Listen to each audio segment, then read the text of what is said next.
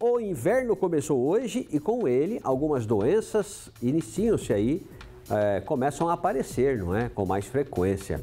Sobre isso, eu converso agora com a alergologista e imunologista, a doutora Daniele Maciel Alevato. Boa tarde, doutora. É isso mesmo, né? Com mais frequência essas doenças, enfim. Boa tarde. Boa tarde. Com o inverno chegando, então tem essas mudanças, né, bruscas de temperatura, que faz com que o organismo sente, né, um pouco mais essa mudança. E quais são?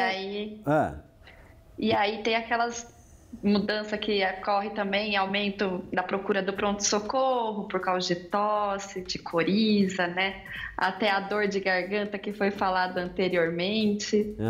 Além desses, quais são as doenças mais comuns ou os vírus que devemos nos preocupar no inverno, doutora? O inverno chegou e aí também teve a campanha da gripe, que principalmente circula o vírus da influenza.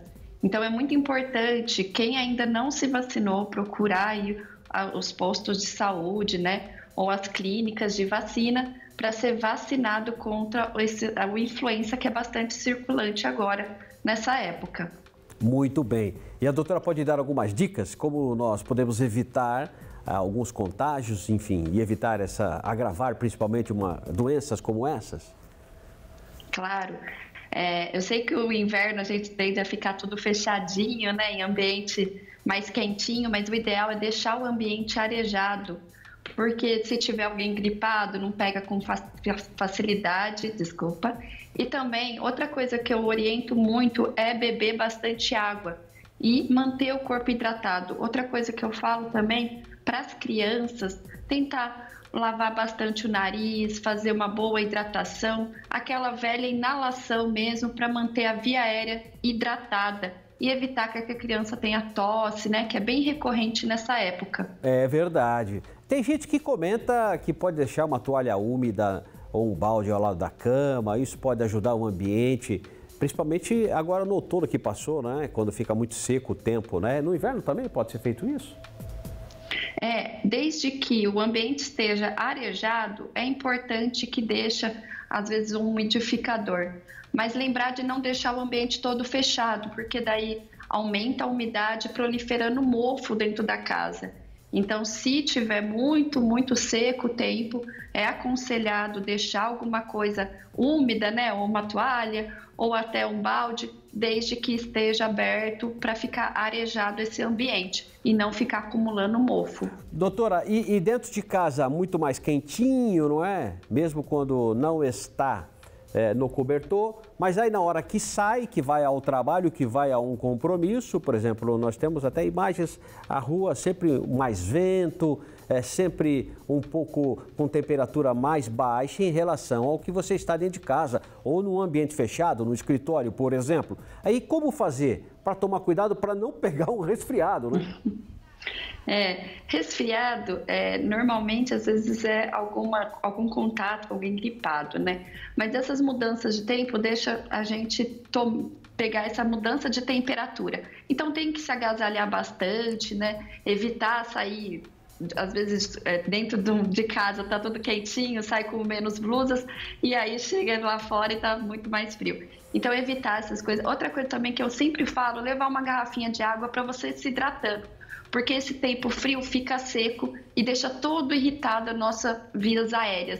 Então, quanto mais hidratar, levar aquela garrafinha para ir se hidratando durante o dia, para não ter esse problema de ficar seco e a garganta irritada, e também não deixar úmido, ficar com aquela coriza, que o próprio organismo produz um muco, né, para a gente deixar hidratada a via aérea. E aí fica espirrando com aquela coriza. Então, lavar o nariz, se hidratar bastante, é o que eu aconselho agora nessa época, é boa para chás, cafés e chocolate quente, então aproveite bastante dessa época para tomar bastante líquido. É verdade, eu vou acrescentar um bolo, uma bolacha. Ô, doutora, não esquecer gorro, cachecol, não é? Porque luvas principalmente, né, se for sair, né? Com certeza.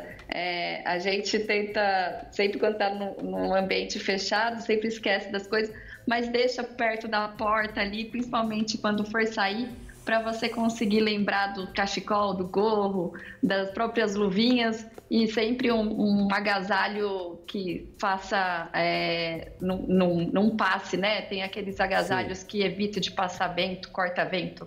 Essas orientações, elas, claro, podem ser aplicadas para crianças, para idosos principalmente. Mas em relação às crianças, tem algo mais que a gente pode ter um cuidado específico, doutor?